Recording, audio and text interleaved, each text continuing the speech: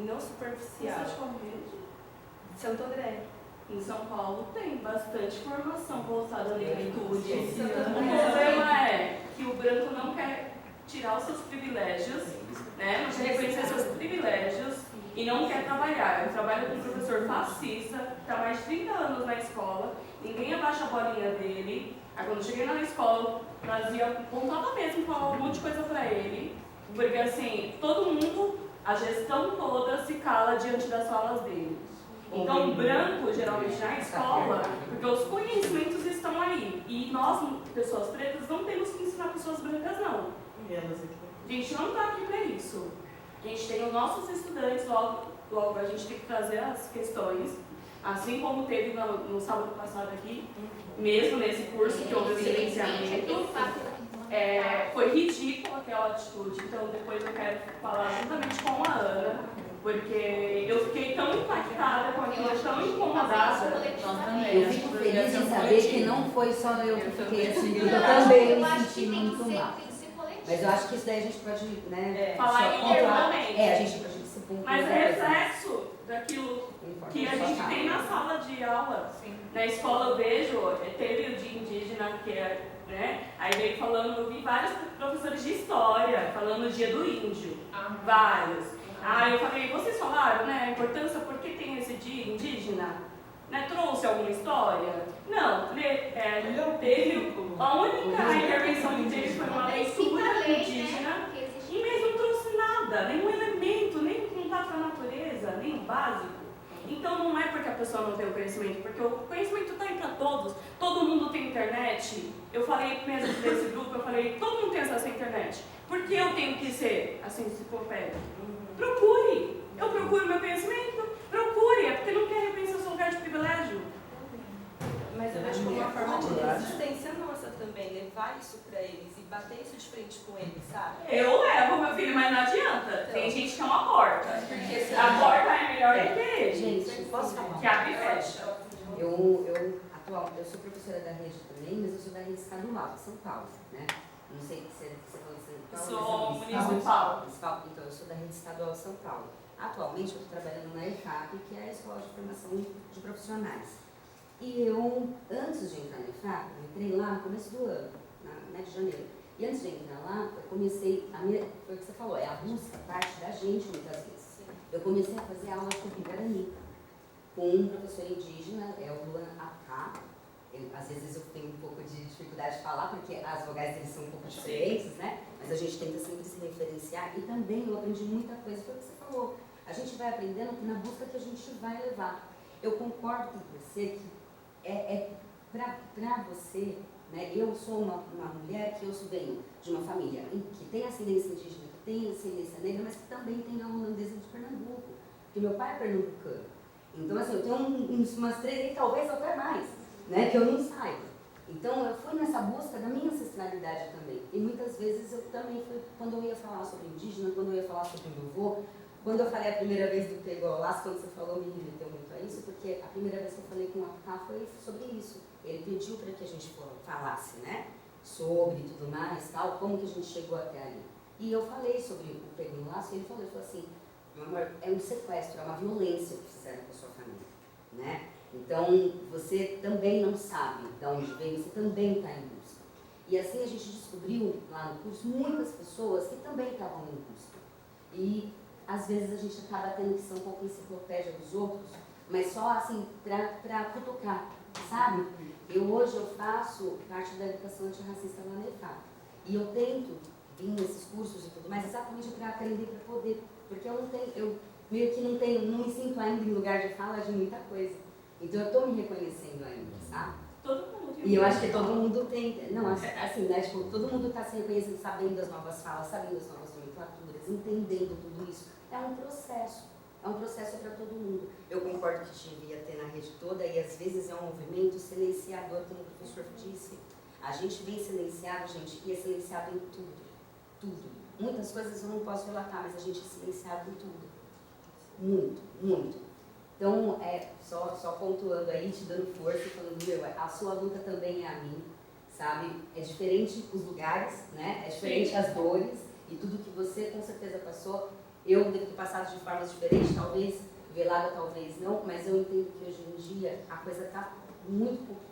Todo mundo tem seu lugar de fala, então não se isente. Você pode partir de uma fala de uma pessoa branca, de uma pessoa indígena, de uma pessoa negra, todo mundo tem lugar de fala. Você só não pode falar enquanto pessoa preta. Exato. Você vai falar a partir da sua realidade. Eu sou uma mulher branca, vou falar a partir da realidade da mulher branca. Mas não falar como se fosse preta. Com licença, deixa eu só fazer um comentário também. Eu entendi que não é. Eu sou professora aqui na rede municipal de Santo André, né? Dou aula na EJA. E a gente teve uma treta na escola há poucos dias de uma mulher branca, que eu tenho certeza que, assim, pelo histórico, eu conheço ela há muito tempo, ela atua muito nessa questão de trabalhar questões raciais na escola, discutir raça mesmo, discutir desigualdade racial. E teve uma polêmica por causa da cor da pele dela, assim, porque as pessoas olham e julgam e falam assim, nossa, e foi mó bafafá, assim, as pessoas entenderam que ela falando sobre questão racial na sala era incompatível, era uma discrepância, porque ela é branca, e assim, ele é filha de ações étnicos raciais não branca, que ela, assim, entre aspas, herdou um pouco mais essa aparência da família paterna, que é mais branca, e muitas vezes a gente, no nosso lugar de fala, com as nossas identidades, a gente também sofre esse julgamento de falar, pô, mas como tu se declara negra, você nem é tão escura. Tá, mas é uma questão, a gente vai mensurar se a pessoa tem ou não tem legitimidade na fala pelo tanto de melanina, né? Então, se a pessoa tem que estar naquela interseccionalidade para poder lutar por aquela causa, né? E foi assim, mó treta, ela está sofrendo mó perseguição, inclusive do departamento, na Secretaria de Educação, e está sendo acusada por ter tido uma fala racista, porque ela falou para a aluna, assim, eu sei que a cor da minha pele me dá um monte de vantagem, que eu encontro maquiagem assim, de 30 opções para mim, uma mulher preta já tem mais dificuldade, e isso foi encarado mó mal, e assim, eu fico pensando, né, às vezes eu acho que as pessoas terminam sendo assim, sabe, omissas com determinadas questões que precisam estar no chão da escola, porque elas se sentem às vezes também coagidas por um sistema que assim, que acha que ela trouxe um incômodo. Ela trouxe um incômodo para os outros. E aí, tipo, a própria secretaria está falando. Mas é importante a gente ir nessa busca do estudo, porque se a gente beber algumas fontes, Jamila Ribeiro não traz esse conceito, ela vai beber em outros lugares. E aí fica muito claro. Pode o subalterno falar? Eu indico esse livro para vocês, e aí você vai falar, porque se a pessoa tem propriedade, ela vai fazer esse recorte justamente que a amiga colocou. Se a pessoa é uma mulher branca, ela vai fazer esse recorte e vai falar, eu, enquanto mulher branca, com a minha história, né, e aí todos têm lugar de fala, porque a aluna antirracista, ela não é da pessoa preta. A aluna antirracista é de todos. E às vezes a gente tem que sim colocar esse lugar e assim, e não se omitir, porque se omitir também é uma posição. Sim. Né? Então a gente tem que fazer essa luta juntos. Né? Falaram muitas coisas, vão falar ainda muitas coisas, tá? Mas é mais importante que vocês não falam, não conseguem falar em espaços como esse, mil espaços, né? Porque eu também não consigo, né? A gente não fala, às vezes está mais lá, né? Mas o que a gente consegue, você contar uma coisa que é da superficialidade, né? Essa problemática não é a lei, tá? As leis se pode ou se não pode. A problemática é até onde nosso horizonte alcança e quais as possibilidades no entretanto, né? Então, na superficialidade, a gente aceita um berimbau, uma coisa, as coisas de preto, as coisas de índio, as coisas de né? As coisas que não fazem diferença, né? Elas podem aparecer, não tem problema, tá? E há uma construção por quem quer manter a subalternidade, né? A gente vê que essas coisas são desimportantes, tá? Agora, quando entra, por exemplo, nessa conversa sobre uma educação intercultural, que é do encontro, não tem como não ter a religião em jogo, porque a religião é da parte essencial da cultura. Alguém fala assim, não, fale alguma coisa, contanto que isso não tem nenhuma carga religiosa, não dá, gente. O horizonte que a gente tem que pensar é todos os encontros de povos, de comunidades, de gente, envolve toda a vida psíquica, social, religiosa, política, econômica, está tudo conectado. Não tem essa. Agora, o que é que a gente vai fazer para tirar uma coisa que o Ocidente criou? Isso é, que existe uma religião oficial, seja ela com o nome que seja, e o fato religioso é um fato de contenda, de guerra, de luta, de ter adeptos. Mas e se as religiões indígenas não querem adeptos, querem que as pessoas vivam livres e transitem, e atravessem, se atravessem, e fica mais importante, mais sábio um católico que viva elementos da religião afro, elementos da religião indígena, que tenha consciência disso, ao viver isso, e tenha alegria, se torna mais católico por isso, né? O evangelho é a mesma coisa, o mundo é a mesma coisa. O encontro faz engrandecer, não faz empobrecer, não faz enfraquecer. Só que está distorcido, isso virou uma marca que parece que é verdade, né? A religião do outro ameaça. Não ameaça, gente. A gente tem que sair daí, não ameaça. Nenhum católico, pelo fato de viver a sua devoção na sua Aparecida, ameaça o terreiro, ameaça a comunidade. Não ameaça, não é por aí. Tá? Então a gente se deve disso, mas sabe que tem que repropor o encontro das vidas, das comunidades, dos povos, né?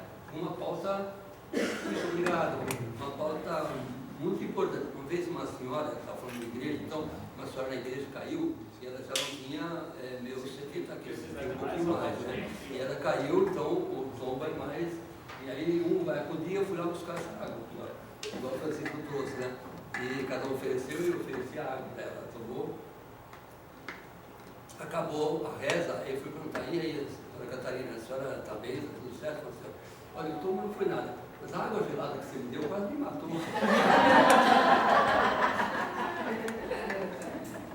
E a gente está vivendo um momento de... Porque, só abrir esse comentário, essa coisa da superficialidade, a gente tem que mostrar que tem mais, mostrar que o pensamento pequeno, e esse pensamento pequeno quer poder, claro que quer poder, né? E o poder coletivo, o poder nosso, o poder compartilhado, ele só é feito na trama da complexidade, não dá na simplicidade.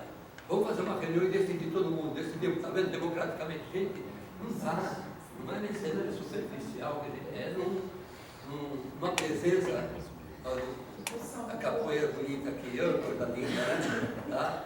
Então, se tem algum evangélico aqui, algum católico aqui, né? Se sente engrandecido, não ameaçado por um elemento religioso que entrou aqui. É religioso, não tem dúvida que é. Tá? Só que você não vai falar assim, ó, vou entrar aqui agora com um culto religioso. Não precisa falar isso, né? Mas entrou, tá feito, né? Como alguém pediu a bênção, né? E na hora da bênção fez um sinal lá para jogar futebol e tal, né? Deu a sua marca de cristão. Não tem nenhum problema aí que ele faça isso, né? Agora, como é que ele compõe a sua vida, né? Integrando com outras vidas que a gente nunca é completo. A gente é sempre um provisório, um quase intercultural, quase interreligioso, né? Isso. Como é que a gente faz essa interreligionalidade? Interculturalidade? É o desafio de pensar. E cada um a partir do seu ponto. Eu não posso pensar a partir do terreno, não tenho como pensar a partir. Mas eu gosto de bater meu carinho, conheço gente, vou, tá? E estou aberto, os polos abertos, né? Quando eu consigo fazer isso, né? É pouco. Mas esse pouco indica a direção, a gente tem que indicar a direção. Gente, vocês têm que se encontrar assim, com a religiosidade indígena. Não é só conhecer que o índio caça e tal, não. O que é esse Nhanderecó, né? Como é que eles concebem o Niê? Niê é uma presença em cada ser que me dá uma originalidade, não parece com a mãe, não parece com o pai. A gente queria que todo mundo falasse a mesma coisa que nós. Olha, a criança nasceu, parece com o pai, tem alguma coisa da genética que é parecido. E os Guarani falam assim, não, ninguém parece com ninguém. É um ser que veio lá, que já viveu nas aldeias celestes, vive a alegria plena, vive o seu mundo maravilhoso, né? E resolveu vir aqui visitar e tomou jeito de viver junto comigo aqui, está aqui dentro, né? Poxa, coisa bonita, né? E eu vou fazer a alegria dele, hein? É quase como se tivesse uma alteridade dentro de si próprio. Eu e o meu outro eu, que mora dentro de mim, e que eu falo assim, nossa, eu tenho que brincar mais, eu tenho que cantar mais, eu tenho que amar mais, eu tenho que cuidar mais da natureza, porque senão o Niê vai embora. Eu fico doente, eu morro. Se eu não acordar de dia e dar um beijo no pé de milho, né? Para não conversar com ele, se eu não fizer isso, né? Ele vai acordar aqui, vai passar o dia todo triste, e eu também triste, estou entristecendo a aldeia, como é que é isso? Então, esse é o elemento religioso, não é? Agora você não vai falar sobre isso, porque, não, agora a religião indígena vai invadir e tal, vai criar preconceito. Não dá, gente. A gente tem que saber, claro, com a fineza, né? E com a conjuntura. É um jogo, né?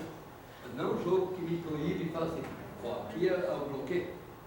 Até a capoeira ser como ele chama aí? Uma atividade marcial, um jogo marcial, né? Você não quer? Entra dentro das atividades esportivas, não é isso? Não é isso, claro que não é isso.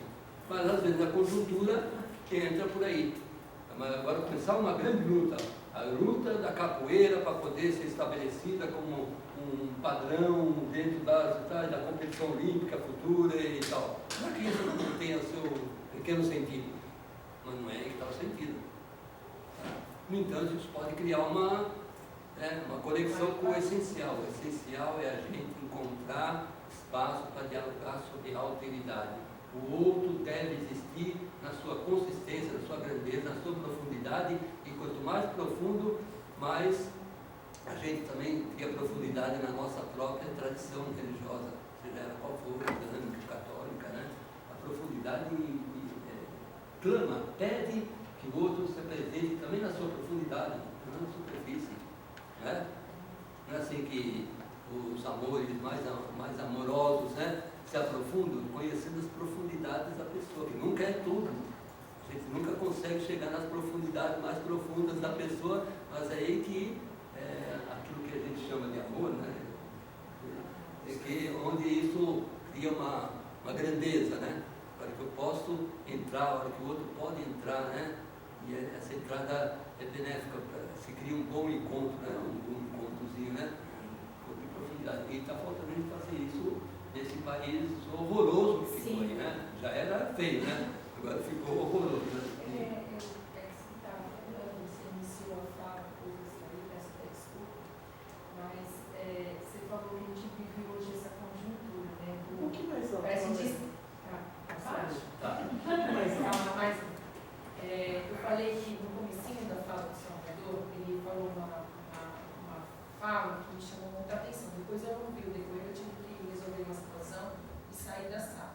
Mas ele falou que a gente vive um momento agora, parece que o outro que difere da gente, ele tem que ser anulado. A gente está vivendo, sabe, um momento desse, assim, sabe? Se você tem uma opinião diferente, eu tenho que exterminar. Olha o grau que a gente está, né? O período que a gente está vivendo. E a gente vê isso em todas as instituições também, sabe?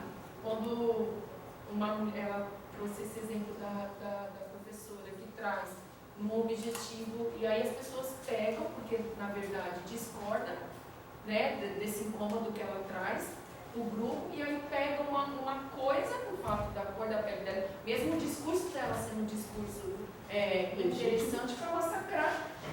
E é isso que a gente está vivendo. Então, assim, eu penso que esse momento também é um momento que a gente tem que se aliar, sabe? A gente tem que, às vezes, eu ouvi uma história assim, né? Às vezes, você percebe que você está sozinho, volta, dá 2 passos para trás, sabe? Volta e vai junto, porque assim a gente está vivendo essa polarização muito forte, entendeu, Salvador? Então, esse recorte que você traz, da gente olhar esse outro de uma forma integral e potencializar esse outro, eu não sei ainda como a gente vai fazer essa construção. Gente, você sabe que muitas coisas, todo mundo queria falar, é importante falar, tá? Tem uma coisa que eu acho que faz parte, é que a gente se constitui, a gente próprio, né? Na nossa grandeza, que não é ostentação, nada, nossa grandeza de ser, que é imbatível, gente. Tá? Quando a Júlia entra num grupo que ela comentava aí, né? As pessoas se sentem assim, ao mesmo tempo apaixonadas por aquele movimento, né? E aí pode virar ciúme e guerra contra ela também, né? Mas ela está acima de tudo isso, não acima porque está acima, esse discurso do acima, né? Isso está numa dignidade tão grande que essas coisas não atingem de forma como as pessoas querem que atinja. Como é que a gente deixa que essas coisas que parecem que vão nos derrubar, né, elas sejam vistas na sua pequenez.